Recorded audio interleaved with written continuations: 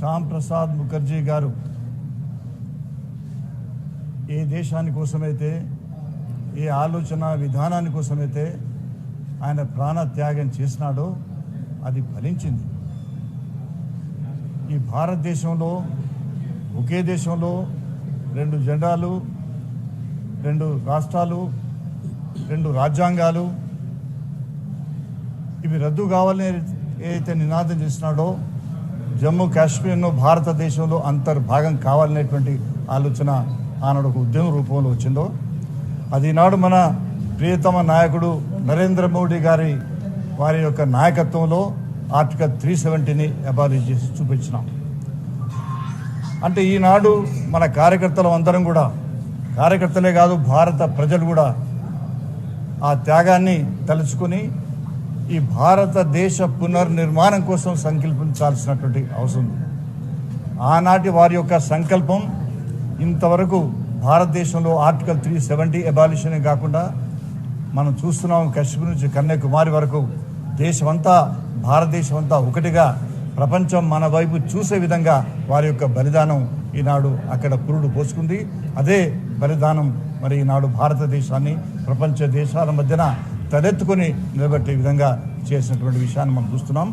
ఆ స్ఫూర్తితోనే ఈనాడు మన రాష్ట్ర భారతీయ జనతా పార్టీ కూడా మన ప్రియతమ నాయకుడు రామచంద్రరావు గారి నాయకత్వంలో ఒకదాన్ని సంకల్పిస్తే ఏ అంశాలైనా ఆ సంకల్పం పూర్తయ్యే వరకు మనం ఉద్యమాన్ని ఆ విధంగానే కొనసాగించినట్టయితే ఖచ్చితంగా తెలంగాణ రాష్ట్రం భారతీయ జనతా పార్టీకి హస్తగతం అవుతుంది అనేటువంటి నమ్మకాన్ని మనం కలిగించుకోవాలి. ఈనాడు అదే స్ఫూర్తితో ముందుకు పోవాల్సినటువంటి అవసరం ఉందని సెలవు తీసుకుంటాం. ఈరోజు బలిదాన దినోత్సవం. డాక్టర్ శ్యామప్రసాద్ ముఖర్జీ ఆ రోజుల్లో ఓవైపు కమ్యూనిజం, రెండో వైపు సామ్యవాదం, ఈ రెండు చాలా ప్రభావితమై అనేక మంది మేధావులు, కాంగ్రెస్ పార్టీ సైతం బెంగాల్లో ఉన్నటువంటి ఒక బుజ్జగింపు రాజకీయాలు ఇవి సమాజాన్ని విడగొడతాయనే ఉద్దేశంతో డాక్టర్ శ్యామప్రసాద్ ముఖర్జీ గారు బాగా ఆలోచన చేసినారు. అందుకని వారు మొట్టమొదటి చాలా గొప్ప మేధావి.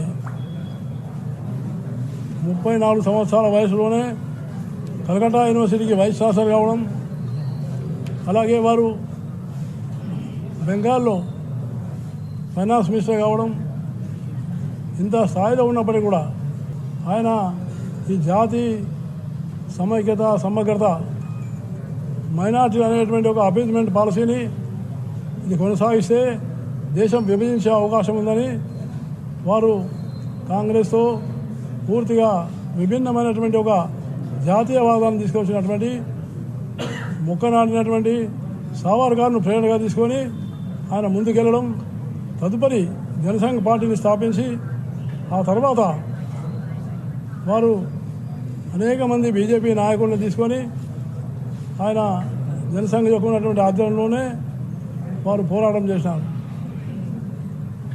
నెహ్రూ క్యాబినెట్లో మొట్టమొదటి పరిశ్రమల శాఖ మంత్రిగా పనిచేసినారు.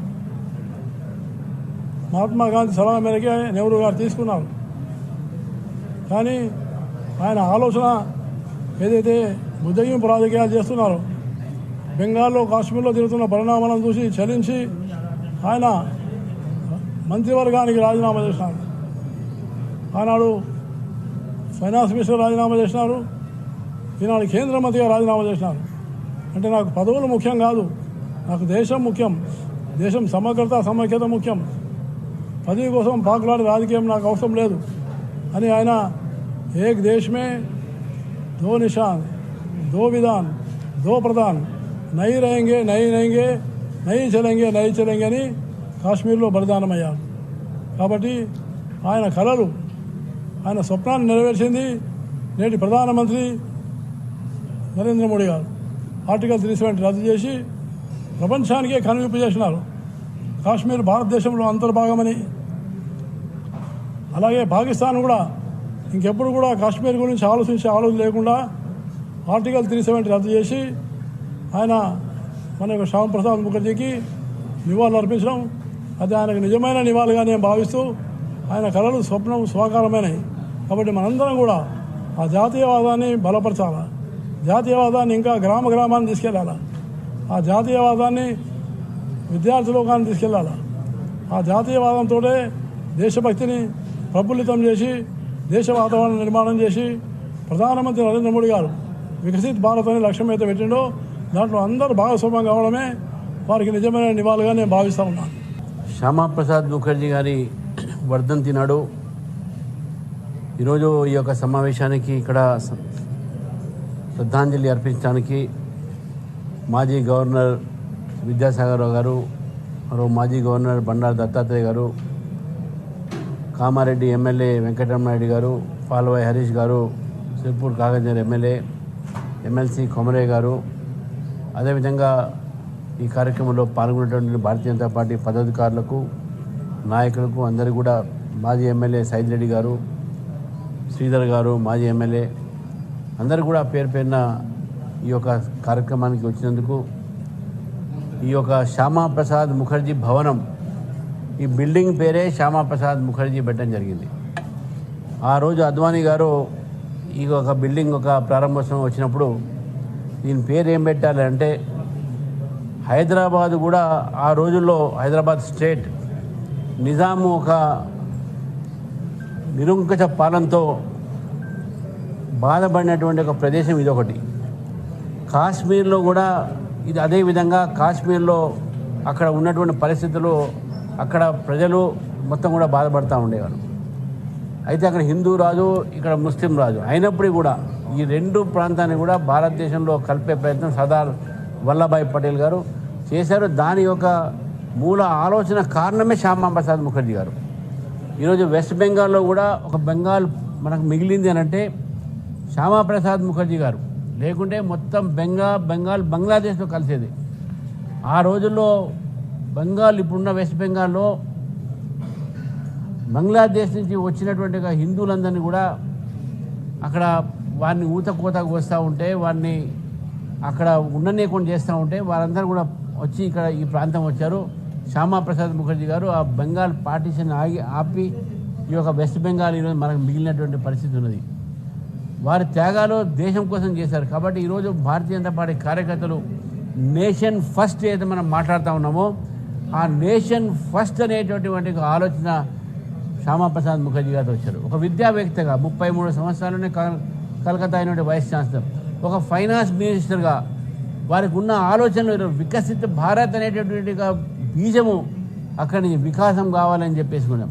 ఒక అకాడమిషియన్గా ఒక రాజకీయాల్లో వచ్చి ఎమ్మెల్సీగా ఉండి బెంగాల్లో, తర్వాత సెంట్రల్లో మినిస్టర్గా ఉండి అనేకమైనటువంటి అభివృద్ధి కార్యక్రమాలు ఒక విజన్తో ఆ రోజు కాంగ్రెస్ పార్టీ ఇంటరిమ్ గవర్నమెంట్లో ఉన్నప్పుడు వారు ఈ దేశంలో అపీస్మెంట్ పాలసీ చూసి ఇట్లా లాభం లేదు, ఈ భారతదేశంలో జాతీయ భావంతో ఒక రాజకీయ పార్టీ ఉండాలి అనేటువంటి 1951లో జనసంఘ్ స్థాపించి ఆ రోజు భారతీయ జనసంఘ స్థాపకుడు, అదే భారతీయ జనసంఘ రానున్న రోజుల్లో భారతీయ జనతా పార్టీగా మారింది.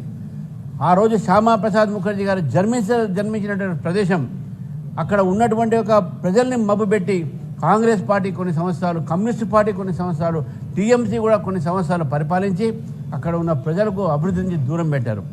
ఈరోజు శ్యామాప్రసాద్ ముఖర్జీ గారికి వారు జన్మించిన ప్రదేశంలో బెంగాల్ ప్రజలు సరైన నివాళిచ్చారు. భారతీయ జనతా పార్టీని గెలిపించి అనేది ఈరోజు నేను భావిస్తూ ఉన్నాను.